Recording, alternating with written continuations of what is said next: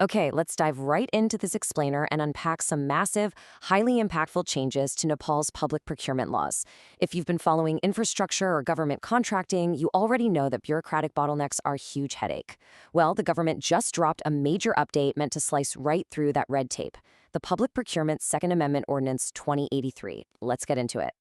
Our source material today is the literal blueprint for these changes, the official Nepal Gazette, published on Vaishak 17, 2083. This isn't just some minor policy tweak. It immediately and fundamentally transforms how government contracts, bidding, and purchasing actually operate on the ground. To make this dense 23-page legal document actionable for you, I've broken it down into a strict need-to-know roadmap. We're going to hit definitions and domestic priority, the strict new timelines, e-marketplace rules, construction bidding, and finally, variation orders. Starting off with Section 1, definitions and domestic priority.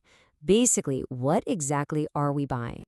The amendment updates some foundational terms that used to cause a ton of confusion. Now the definitions for goods and other services have crystal clear legal boundaries.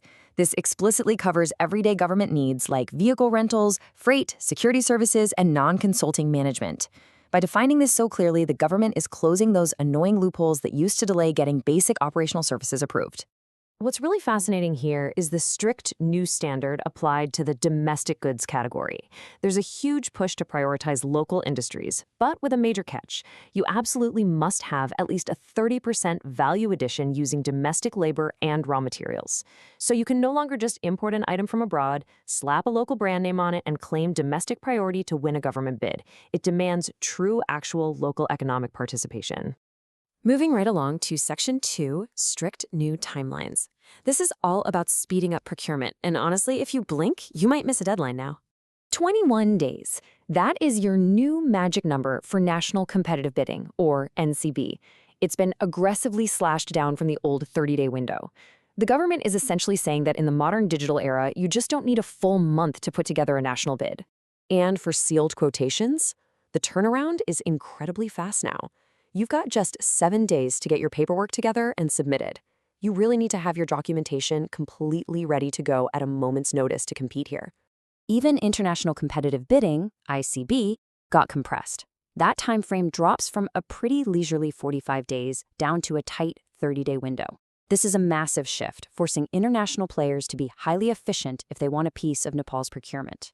But the most crucial takeaway on timelines: when a bid fails or gets canceled, the government isn't waiting around for months to try again.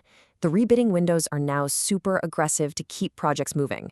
Standard rebidding is just 7 days, secondary rebidding is a mere 3 days, and even under special circumstances, it's capped at 7 days.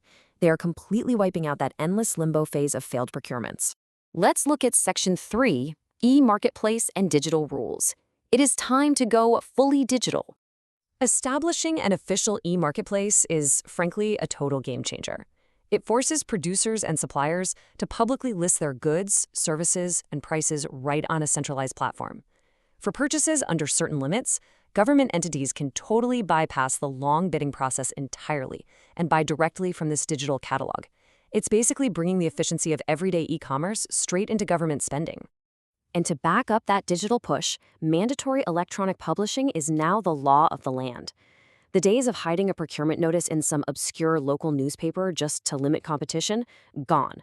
If a bid or pre-qualification notice isn't published on the national EGP system, or at least the public entity's official website, it simply isn't valid. It absolutely levels the playing field for everyone.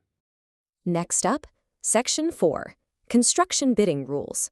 We're zooming in on physical infrastructure here. The amendment lays out a strict procedural difference based purely on project size. Contractors have to strictly adhere to either a single envelope or a rigid 2-envelope system. For smaller projects below the cost threshold, technical and financial details go into a single envelope to keep things moving fast. But for larger projects above the threshold, you must use 2 separate envelopes. The whole point is to guarantee that the technical merit is entirely judged and approved before anyone even glances at the financial cost. Finally, Section 5, variation orders. How do we actually control cost overruns? We all know projects change and costs go up, but this new tiered system creates a strict hierarchy to stop unchecked bloat. For a small variation up to 5%, a gazetted third-class officer can approve it locally. Up to 10% requires a second-class officer, and up to 15% needs a first-class officer. But anything above a 15% increase, that triggers a very serious review by the department head via a specialized expert committee. Seeing this tiered system explicitly coded directly into the Gazette legal text is huge.